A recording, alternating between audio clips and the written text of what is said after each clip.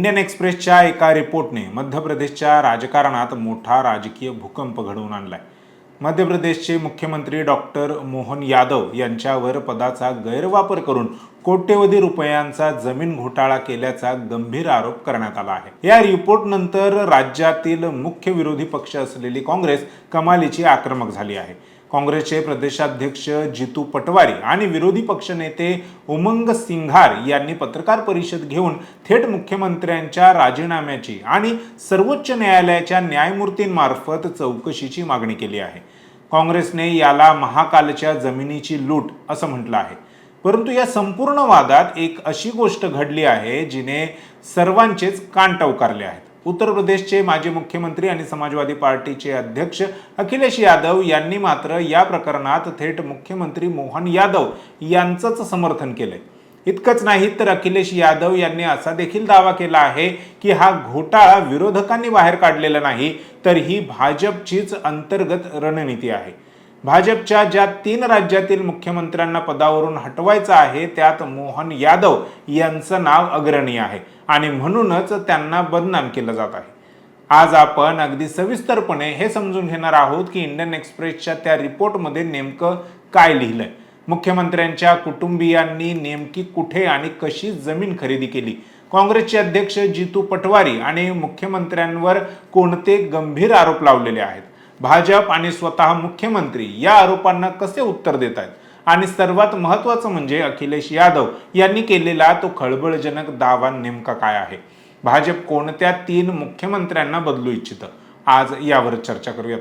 नमस्कार, मी संकेत आणि आपण पाहत आहात मुंबई आउटलुक। सर्वात आधी या संपूर्ण प्रकरणाचं मूळ समजून घेऊया, म्हणजेच इंडियन एक्सप्रेसचा तो रिपोर्ट। इंडियन एक्सप्रेसच्या रिपोर्टमध्ये असा दावा करण्यात आलाय की डिसेंबर 2023 मध्ये मोहन यादव यांनी मध्य प्रदेशच्या मुख्यमंत्री पदाची शपथ घेतल्यापासून त्यांच्या कुटुंबियांनी आणि त्यांच्याशी संबंधित रिअल इस्टेट कंपन्यांनी उज्जैन जिल्हा आणि त्याच्या आसपासच्या परिसरात मोठ्या प्रमाणावर जमिनींची खरेदी केली। या रिपोर्टनुसार मुख्यमंत्री मोहन यादव यांच्या कुटुंबाकडे आणि त्यांच्या कंपन्यांकडे एकूण 335 एकर जमीन आहे। सर्वात धक्कादायक बाब म्हणजे या 335 एकर जमिनीपैकी तब्बल 168 एकर जमीन ही त्यांनी डिसेंबर 2023 नंतर म्हणजेच मोहन यादव मुख्यमंत्री झाल्यानंतर खरेदी केली आहे। या जमिनींची सरकारी किंमत किंवा नोंदणी मूल्य साधारण 45 कोटी रुपये दाखवण्यात आलं आहे, परंतु बाजारभावानुसार याची किंमत खूप जास्त असण्याची शक्यता आहे। आता तुम्ही म्हणाल की एखाद्याने जमीन खरेदी केली तर त्यात घोटाळा कसा, तर या प्रकरणाची रिपोर्टमध्ये मांडलेली क्रोनॉलॉजी ही महत्त्वाची ठरते। ज्या जमिनी मोहन यादव यांची पत्नी, मुलगा, बहीण, पुतण्या आणि इतर 11 जवळच्या नातेवाईकांच्या नावावर खरेदी करण्यात आल्या आहेत त्या नेमक्या अशा ठिकाणी आहेत जिथून राज्य सरकारचे मोठे रोड इन्फ्रास्ट्रक्चर प्रोजेक्ट्स मंजूर झाले आहेत। ज्या भागात मुख्यमंत्र्यांच्या कुटुंबियांनी जमिनी खरेदी केल्या त्याच भागात सरकारने लँड यूज चेंजेस म्हणजेच जमिनीचा वापर बदलण्याचे नियम लागू केले। शेतीची जमीन व्यावसायिक किंवा निवासी क्षेत्रात बदलली गेली, ज्यामुळे त्या जमिनींचे भाव एका रात्रीत गगनाला भिडले। जेव्हा मोहन यादव हे उच्च शिक्षण मंत्री होते आणि आता ते मुख्यमंत्री आहेत, या काळात या रस्त्यांचे प्रकल्प आणि मास्टर प्लॅन मंजूर झाले। त्यामुळे मुख्यमंत्र्यांनी आपल्या पदाचा आणि गोपनीय माहितीचा गैरवापर करून आपल्या कुटुंबाला कोट्यवधी रुपयांचा आर्थिक फायदा करून दिला आहे, असा प्राथमिक निष्कर्ष या रिपोर्टमधून निघतोय। हा रिपोर्ट समोर येताच काँग्रेसने आक्रमक पवित्रा घेतला। मध्य प्रदेश काँग्रेस प्रदेशाध्यक्ष जितू पटवारी आणि विधानसभेचे विरोधी पक्षनेते उमंग सिंघार यांनी भोपाळमध्ये तातडीने पत्रकार परिषद घेतली। जितू पटवारी यांनी अत्यंत आक्रमक भाषेत मुख्यमंत्र्यांवर तोफ डागली।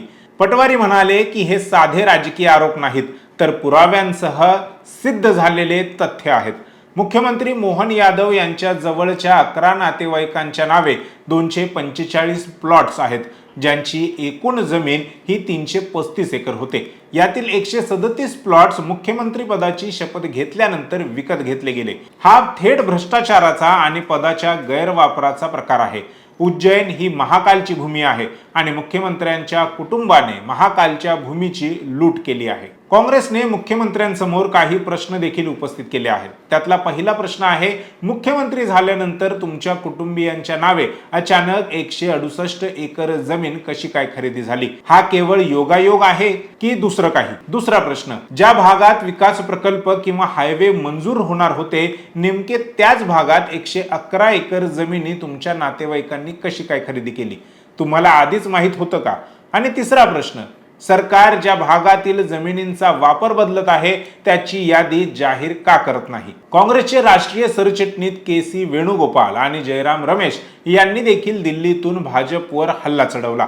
जयराम रमेश यांनी एक्सवर पोस्ट करत लिहिले की भाजपचे हे डबल इंजिन सरकार नसून इंजिन ऑफ प्लंडर आहे. तर के.सी. वेणुगोपाल यांनी थेट प्रधानमंत्री नरेंद्र मोदींना प्रश्न विचारलाय की मोदीजी, ना खाऊंगा ना खाने दूंगा या घोषणेचं पुढे काय झालं? एवढा मोठा 168 एकरचा घोटाळा समोर येऊनही ईडी आणि सीबीआय असूनही मुख्यमंत्री मोहन यादव यांच्याकडे त्या का पोहोचल्या नाहीत? विरोधी पक्षाच्या नेत्यांवर तात्काळ कारवाई करणाऱ्या यंत्रणा आता शांत का आहेत? काँग्रेसने मुख्यमंत्र्यांच्या राजीनाम्याची आणि सुप्रीम कोर्टाच्या विद्यमान न्यायाधीशांमार्फत चौकशीची मागणी केली आहे. एवढे गंभीर आरोप झाल्यावर भाजपने गप्प बसणं शक्य नव्हतं. मध्य प्रदेश भाजपचे प्रदेशाध्यक्ष हेमंत खंडेलवाल यांनी काल रात्री उशिरा एक व्हिडिओ मेसेज जारी करून काँग्रेसचे सर्व आरोप पूर्णपणे फेटाळून लावले आणि याला एक मोठं राजकीय षडयंत्र म्हटलं. भाजपनुसार मुख्यमंत्री मोहन यादव यांनी 2023च्या निवडणुकीच्या प्रतिज्ञापत्रात स्वतःच्या नावे 17 एकर जमीन दाखवली होती. ती आज 2026 मध्येही तेवढीच आहे. त्यांच्या पत्नी सीमा यादव यांच्या नावे 12.29 एकर जमीन आणि मुलगा वैभव यादव यांच्या नावे 16 एकर जमीन आहे. यात मुख्यमंत्री झाल्यानंतर कोणतीही वाढ झालेली नाही. काँग्रेस ज्या नातेवाईकांचा उल्लेख करत आहे त्या स्वतंत्र व्यक्ती आहेत. मोहन यादव हे मुख्यमंत्री होण्यापूर्वी अनेक वर्षांपासून रिअल इस्टेटच्या व्यवसायात सक्रिय आहेत.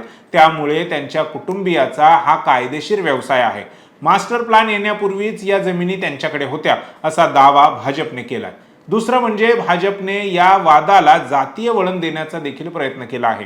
हेमंत खंडेलवाल यांनी आरोप केला आहे की काँग्रेस ही नेहमीच ओबीसी नेत्यांना टार्गेट करते. जेव्हा जेव्हा मध्य प्रदेशात उमा भारती, शिवराज सिंग चौहान किंवा आता मोहन यादव यांच्यासारखे ओबीसी नेते मुख्यमंत्री झालेत तेव्हा तेव्हा काँग्रेसने त्यांना टार्गेट करण्यासाठी अशी षडयंत्र रचलेली आहेत. या संपूर्ण प्रकरणातील सर्वात मोठा ट्विस्ट म्हणजे जिथे संपूर्ण विरोधी पक्ष इंडिया अलायन्सच्या माध्यमातून मोहन यादव यांना घेरण्याचा प्रयत्न करत आहे, तिथे समाजवादी पक्षाचे प्रमुख अखिलेश यादव यांनी मात्र वेगळीच लाईन घेतली आहे. अखिलेश यादव यांनी थेट मोहन यादव यांचं समर्थन केले आणि भाजपच्या अंतर्गत राजकारणावर मोठा आरोप केलाय. लखनौमध्ये पत्रकारांशी बोलत असताना अखिलेश यादव म्हणाले की मोहन यादव आधीपासूनच रिअल इस्टेटच्या व्यवसायात होते. हे काय भाजपला माहीत नव्हतं का? मग आताच हे आरोप का समोर येत आहेत? याचं खरं कारण असं आहे की भाजपला आपल्या 3 राज्यातील मुख्यमंत्र्यांना पदावरून हटवायचं आहे. भाजप मध्य प्रदेश आणि राजस्थानच्या मुख्यमंत्र्यांना हटवण्याची संधीच शोधत आहे, जेणेकरून त्यांना उत्तर प्रदेशच्या मुख्यमंत्र्यांना देखील पदावरून हटवता येईल. हा भाजपचा स्वतःचा अंतर्गत प्लान आहे. अखिलेश यादव यांच्या या वक्तव्याने देशाच्या राजकारणात खळबळ उडवून दिली आहे. त्यांच्या मते भाजपच्या दिल्लीतील हायकमांडला उत्तर प्रदेश, मध्य प्रदेश आणि राजस्थानमधील सध्याचे नेतृत्व बदलायचे आहे. उत्तर प्रदेशमध्ये मुख्यमंत्री योगी आदित्यनाथ आणि दिल्ली हायकमांड यांच्यात अंतर्गत वाद असल्याच्या चर्चा अनेकदा रंगत असतात.